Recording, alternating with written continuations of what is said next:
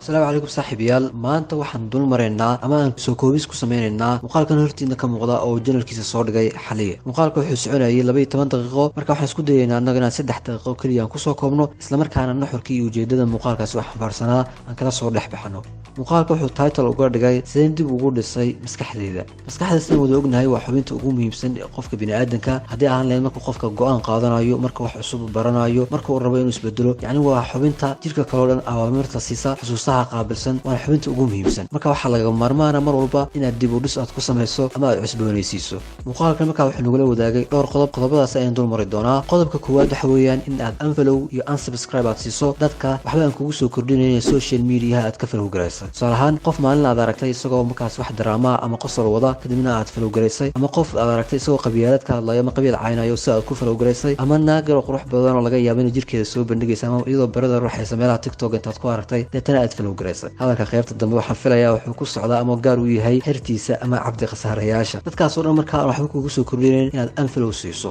qodobka labaad waxa weeyaan dooro dadka aad la macaamilayso haddii aan leed asxaabtaada dadka aad waqtiga ugu badan maalintaada la qaadanayso in aad doorato oo dadkaasi ay noqdaan dad wax kugu soo kordhin kara adna aad wax kugu kordhin karto dad marka aad la joogto aad ka faa'iidi karto aqoon ama wax cusub markaana kugu soo kordhin kara afkaaraha kala duwan sida ganacsiga iyo waxyaabaha kale aad yacni muhiimka ah qodobka saddexaad waxa weeyaan nolow hadda yacni inaad maanta noolaato aadan beri ka walwalin ama shalay wixii kusoo dhaafay aadan ka walwalin shalay way tagtay oo ma soo noqonayso haddii wax kaa xumaadeen ama wax kuu hagaageenba sidoo kale beritoodana inaad imika ka sii fikirtaa waxba kuuma tarayso waayo lama gaarin inaad gaari doontaana ma ogid maanta ka fikir maanta maxaa kuu qabsoomay maxaad baratay maxaad faa'iiday cunto fiican ma cuntay jiim ma aaday maxaa kugu soo kordhay maanta keliya markaasi u noolow